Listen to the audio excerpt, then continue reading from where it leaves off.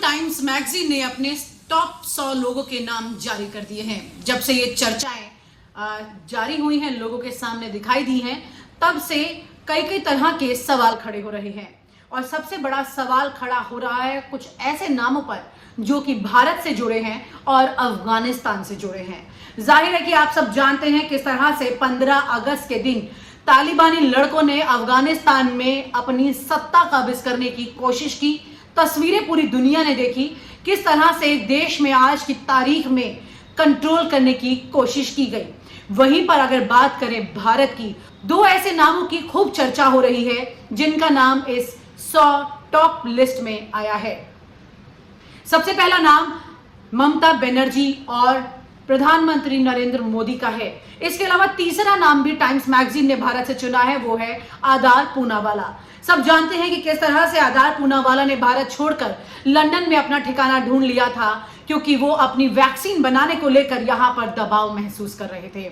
इसके अलावा अगर हम बात करें प्रधानमंत्री नरेंद्र मोदी और ममता बनर्जी के नाम की, तो चर्चाएं इस वजह से तेज हो रही हैं क्योंकि जिस तरह प्रधानमंत्री नरेंद्र मोदी खुद को जाहिर है कि टाइम्स मैगजीन के टॉप 100 लोगों में मानकर चल रहे हैं, वहीं पर ममता बनर्जी का नाम अब बीजेपी वालों को खल रहा है।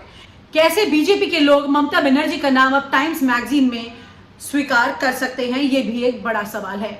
और ममता बनर्जी अपने इस नाम को टाइम्स मैगजीन में मोदी के सामने देखकर खुश हो रही हैं, सिर्फ इस बात के लिए क्योंकि वो खुद को प्रधानमंत्री पद के दावेदार में अब आगे देखने लगी हैं। ऐसे में टाइम्स मैगजीन के भारत के इन 3 नामों की खूब जमकर चर्चा है। यूं ही नहीं मैं बन जाता हूं। रोज पहले किरण का छोर ढूंढने निकल जाता हूं।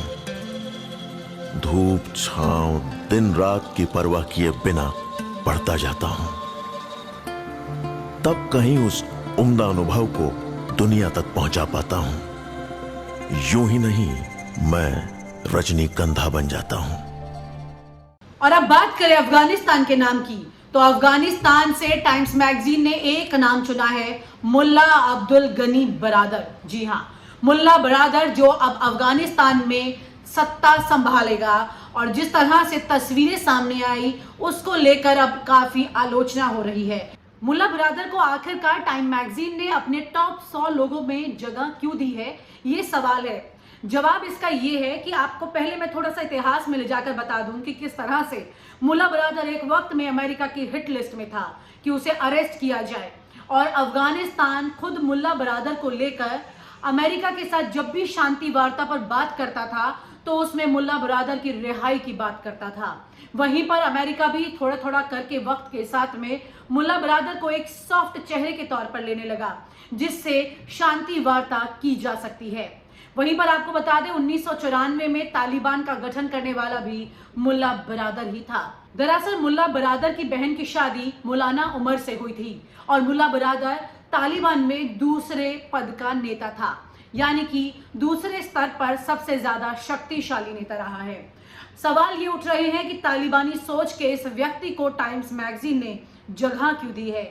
लेकिन वही अमेरिका कहीं ना कहीं ये मानता है कि जिस तरह से उन्होंने अफगानिस्तान में अपनी एग्जिट ली और तालिबान को सब कुछ सुपुर्द कर दिया, उसमें सबसे बड़ा रोल मुल्ला बरादर का था। क्योंकि उनका यह मानना है कि मुल्ला बरादर खुल करके तो अफगानिस्तान में अब सत्ता चला सकेगा, जिसमें अमेरिका का फायदा होगा। इसीलिए अमेरिका ने मुल्ला बरादर के नाम को इसमें आगे रखते हुए उसके नाम के साथ तालिबानी कट्टर सोच के हमलों को बचाते हुए एक सॉफ्ट तस्वीर सामने पेश करने की कोशिश की है।